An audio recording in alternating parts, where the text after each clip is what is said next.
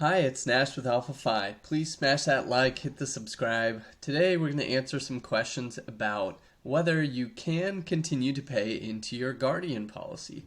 So Guardian, when designed for maximum cash value, is kind of best suited for a 5 to 10, 15-year kind of max funding period. That means 10% of the money going to base premium, 90% going to PUAs.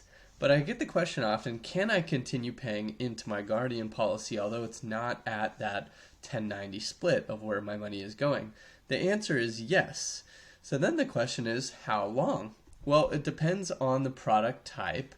Let's look at the handy dandy product guide.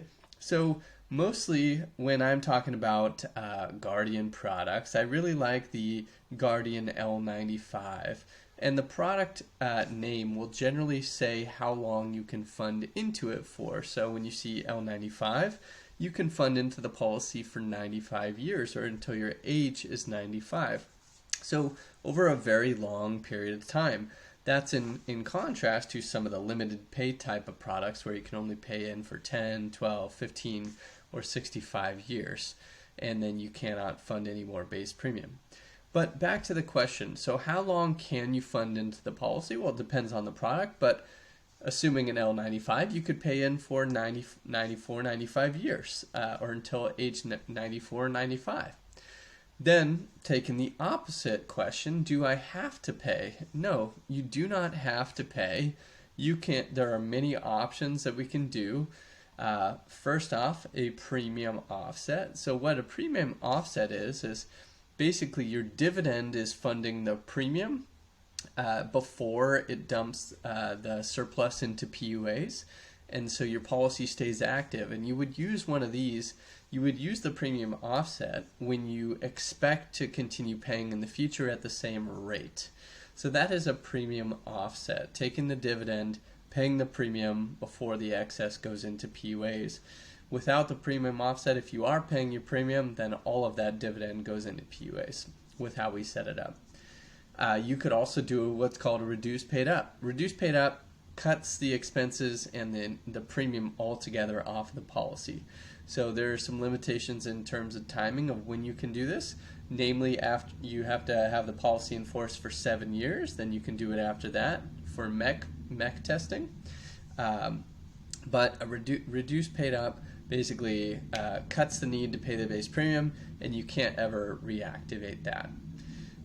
You could also adjust your payments over time. So say your base policy premium is $10,000 or $5,000, and you want to continue paying, but you just can't pay that amount. You could adjust the payments down over time if they become a burden. And what this is a in force. You can reduce the base face amount. And what that means is reduce the amount of death benefit you're paying for or buying with those premiums. And so that's called adjusting the face amount, and you could drop down your payments so that you can continue paying, but at a more reasonable or manageable level given your life circumstances. So let's look at some of these options in action. Alright, we're going to start with the policy paperwork here. What we've got is a male age 45 preferred plus NT. And I've got 4 different policies, and they're all essentially the same design but with different options of adjusting payments over time. So in this first scenario, I've got a 10/90 split to start, so $5,000, $5,002 going to buy whole life death benefit. This is your base premium, and then the rest going to PUAs, so about $45,000 going to PUAs for a total of $50,000. So if we do the math here, $5,000 out of $50,000 is 10%. 10% of your money going to base premium, 90% then is the rest going to PUAs. And you can see the base policy premium over here, $5,000, and then the total, $50,000, the rest from PUAs, generating a net cash value of $40,897, so designed for maximum cash value. And this is just a straight funded design, no tricks, so pretty standard. And we've designed it to fund for these 50,000 for 10 years here. So this is the policy year, 50,000 out of pocket for 10 years. And then this is continuing to fund at 2 times the base premium, so $10,000 until age 94, and then 0 thereafter. And that is the product limitation there. So you can see, let's see, cumulative outlay at age 94, 900,000, the net cash value 3.998, and death benefit of 4.3. Now this is of course at age 94, so a lot of compounding has taken place, but you get the picture. On this next example, it is the exact same design. I'll flip back and forth here. Exact same design, 5,000 going to base premium, 4,998, 50,000, 5,000, 4,998, 50,000, and what we've got going on on this one is that we did a reduced paid up at the beginning of year 11. So if we scroll down here, it's the exact same numbers. However, what we did is say, hey, we want to illustrate the client not having to pay any more money after years 10. So you can see this 50,000, then 0 thereafter out of pocket, and the base premium gets cut off. Okay?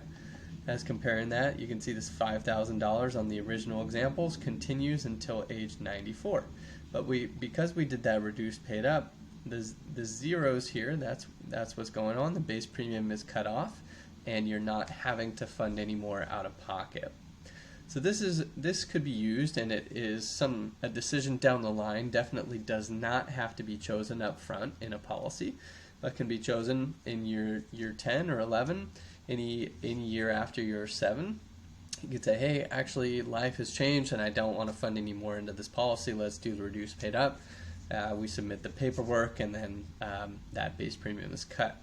You'll notice one of the biggest impacts here is that you see this reduction in death benefit. So see 2 million down to 1.236 million. The reason is that there was a term insurance rider attached that was carrying a death benefit amount, and when we stop funding into the policy as much, so zero thereafter, we're not buying as much whole life death benefit through the contribution of PUAs and additional premium, and so the death benefit is going to drop. Otherwise, with that, if we don't do the reduced paid up, let's jump back to the original example here, it does drop because the term insurance rider falls off, however not as much, so 1.376 versus 1.236. So the term insurance rider drops off of both of them because the max funding period's 10 years we've designed in these examples.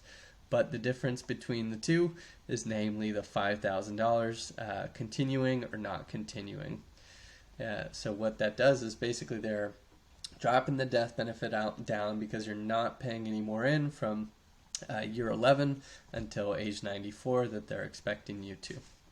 So they amortize the death benefit accordingly. But it's only about a $100,000 hit or so. Alright, in this third example, it's the same exact policy. However, we did the reduced paid up at the beginning of year 8. So say you want to do this a little bit sooner. Life happens, and by year 8 you say, I don't want to put any more into it.